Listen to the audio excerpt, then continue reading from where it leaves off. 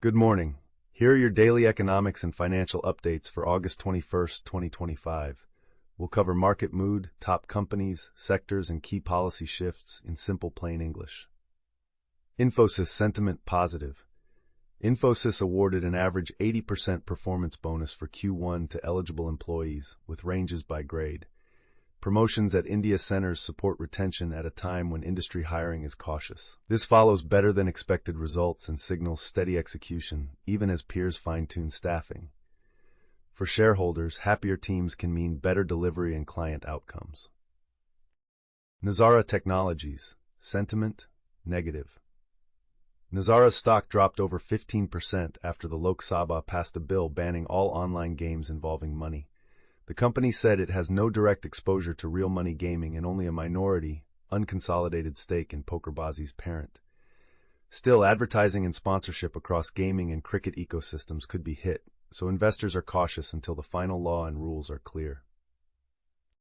UltraTech Cement sentiment positive. UltraTech plans to sell up to 6.49% in India Cements through an offer for sale at a floor price of $368 per share to reduce its holding to 75%. Meeting SEBI norms. This can bring 740 crore in proceeds, enhancing financial flexibility while maintaining control thresholds. It's a housekeeping move that aligns with good governance. India Cements sentiment neutral. The UltraTech OFS will lift India Cements' free float, aligning with market regulations and potentially improving liquidity. The floor price sets an anchor for discovery. Shares were roughly steady, reflecting the market's wait-and-watch stance. In the short term, this is about compliance. The longer-term story depends on operations and market demand. Vodafone Idea sentiment negative. Vodafone Idea's subscriber base slipped by about 500,000 quarter-on-quarter to 197.7 million, the lowest since the merger, even as yearly declines slowed. CapEx could moderate later this year due to funding and statutory dues. That's a tough mix, fewer users and tighter spend, which can weigh on service quality and growth prospects. Bharti Airtel sentiment neutral. Airtel's DTH business lost around 200,000 subscribers in Q1, but the company gained users through IPTV in roughly 200 cities. The strategy is to bundle broadband with OTT and linear TV to keep urban viewers engaged. It's a necessary pivot as cord cutting rises. Near term, there's churn, but bundles can stabilize the base. Hinduja Global Solutions sentiment negative. Hinduja's media arm NXT Digital reported a pre-tax loss of 388 crore in Q1. The transition from traditional TV distribution to broadband IPTV is underway, but costs and customer migration are pressuring profits. The company is betting on same TV experience via IPTV to convert cord cutters into broadband customers. Hathway Cable and Datacom sentiment neutral. Hathway and other distributors are leaning on aggregation, broadband, and IPTV bundles to keep customers in their ecosystem. This approach aims to counter cord cutting by offering better value. Execution and content costs will determine how quickly this strategy compensates for linear declines. Railtel sentiment positive. Railtel is expanding data center capacity, including edge sites at 102 locations and a planned 10 megawatts facility in Noida. It also highlighted a strong order book exceeding 7,288 crore in ongoing security and digital projects. The consumer-facing railwire service is being priced to attract more users. This diversified pipeline bodes well for growth. Delta Corp sentiment neutral. Delta Corp is seen as less directly exposed to the online gaming ban after prior poker divestments. Still, the company reported a negative profit after tax in Q1, reminding investors of earnings headwinds. For now, policy risk seems lower than for pure online platforms, but financial performance remains the key watch. Tata Consultancy Services sentiment neutral.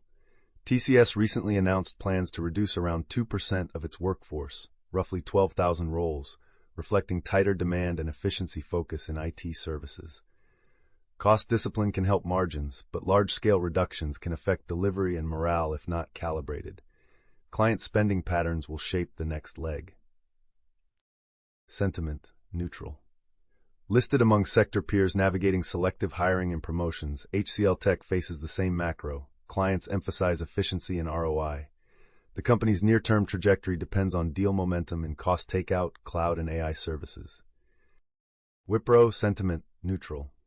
Wipro is in the same boat as larger Indian IT players, careful with wage cycles and promotions, focusing on margin protection and utilization. Investors will watch bookings and revenue growth in high-value segments. Fortis Healthcare sentiment positive. Coverage notes Fortis' operational pragmatism and strategy, with the stock up about 80% over a year. Hospitals drive roughly 85% of revenue, which anchors the business. The debate is around debt and valuation. Can growth sustain without stretching the balance sheet? V Photovoltaic sentiment positive. V Photovoltaic is part of the emerging IPO queue in renewables. The sector enjoys strong policy support and investor interest, and capital from the primary market can accelerate capacity and localization plans. Juniper Green Energy sentiment positive. Juniper Green is eyeing a sizable primary raise, with estimates around 3,000 crore. The funds will likely go toward capacity expansion, capturing strong demand for clean power as grid and rooftop markets scale. Prozeal Green Energy sentiment positive.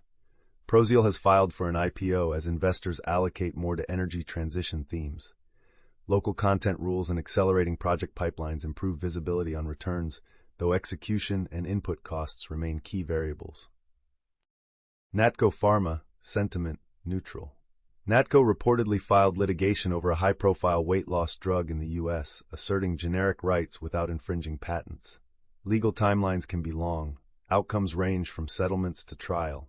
The case spotlights India's generic muscle and the importance of IP strategy. That's your 10-minute wrap. See you tomorrow for sharper signals and simpler explanations.